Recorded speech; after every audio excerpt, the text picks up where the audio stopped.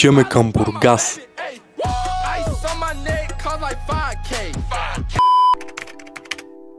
Здравейте от мен. Цяла Варна ще е сега на този матч. Идвам там, слизам от таксито и само гледам, търся и само гледам, че е застанал тук с една турба с храна. И се чуя и другото, по което го познах, беше хайперконктейнската.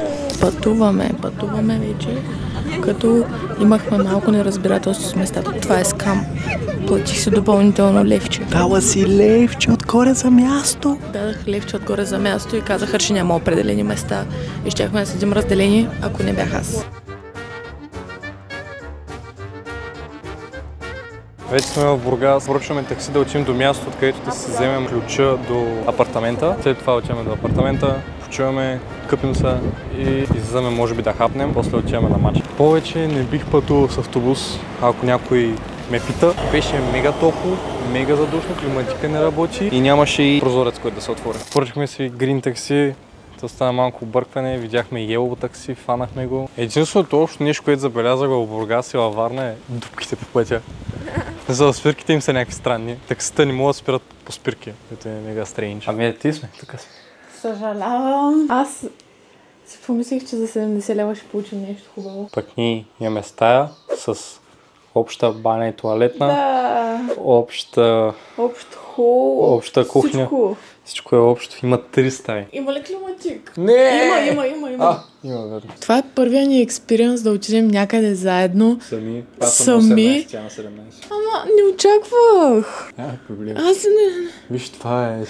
Поне може да се заключим. Така или че няма да си им толкова дълго. Да, може да не е бат експириенс.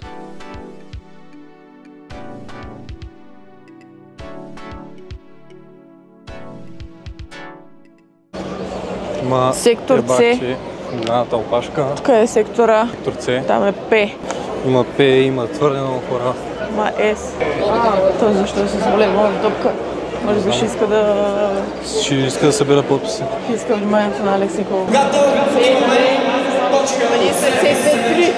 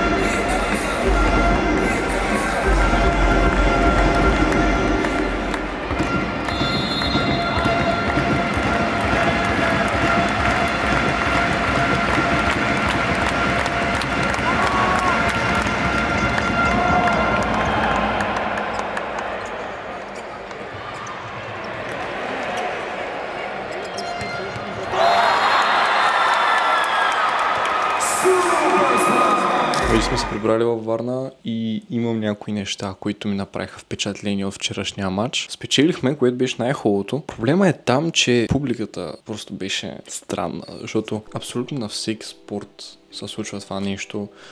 Публиката са прави на многознайко. Ние бяхме сигурно на 5 метра от игрището. Хората, които бяха в нашата трибуна, whatever, в нашия сектор, просто имам чувство, че през живота си не са пипали топка.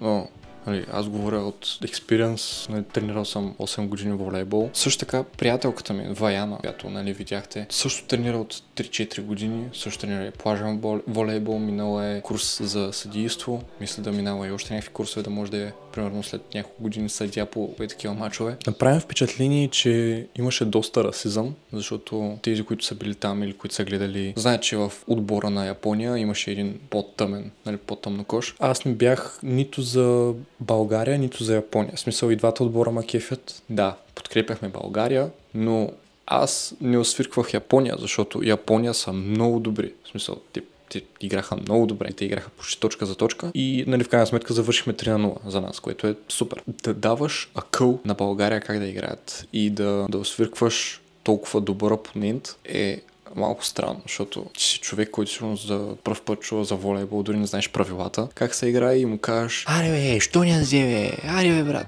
Отиди ти да играеш там. В смисъл, минал съм през много състезания. Държанието на терена е съвсем различно. Там си мега ексайтнат. Не мога да сеча думата на български, съжалявам. Там си мега ексайтнат, имаш мега много адреналин. Не можеш да мислиш на някои неща. Не можеш, нали, колкото и добър да си, нали, може би се свиква в последствие, но колкото и добър да си, колкото и време да играеш, пак имаш такова не притеснение, но ексайтнат си. Играеш също Япония и в националния отбор. Това е при тях. Аз, примерно, бях така, като играхме срещу някакви други. Примерно Левски, като сме играли и някакви такива неща. Да играл съм в Перуни, в Черно море. Ако някой, нали, го интересува като цяло. Имаш доза адреналин, която, нали, те кара да бъркаш някакви неща, но в същото време, когато се ядосаш, ти подадат, примерно, някаква хубава топка. Аз съм бил диагонал, бил съм и четворка. Когато се дадат някаква хубава топка и я блъскаш мега много и правиш някакви брутални точки, това също е от адреналина. Но не разбирам хората, които сигурно не са стъпвали на поле, единствено са гледали 2-3 мача по телевизията или просто не са гледали до сега волейбол, не знаят нищо, но просто идват да подкрепят България. Окей, ела подкрепи, гледай, но не дей да си изказваш мнението и да крещиш: аре, що ли това на топките, какъв бук може да направиш, що не го направи, аре заби му я на оня, той и виж, че не може да играе. Това беше излишно, но това е мое мнение. Това е за край на видеото, надявам се да ви е харесал. Не съм сложил много от мача, защото исках аз да го гледам. Ми беше интересно да го гледам. Бъде страшно много, че го гледахте това видео, надявам се да ви е харесал. Ще се видим в следващото видео. Чао, чао!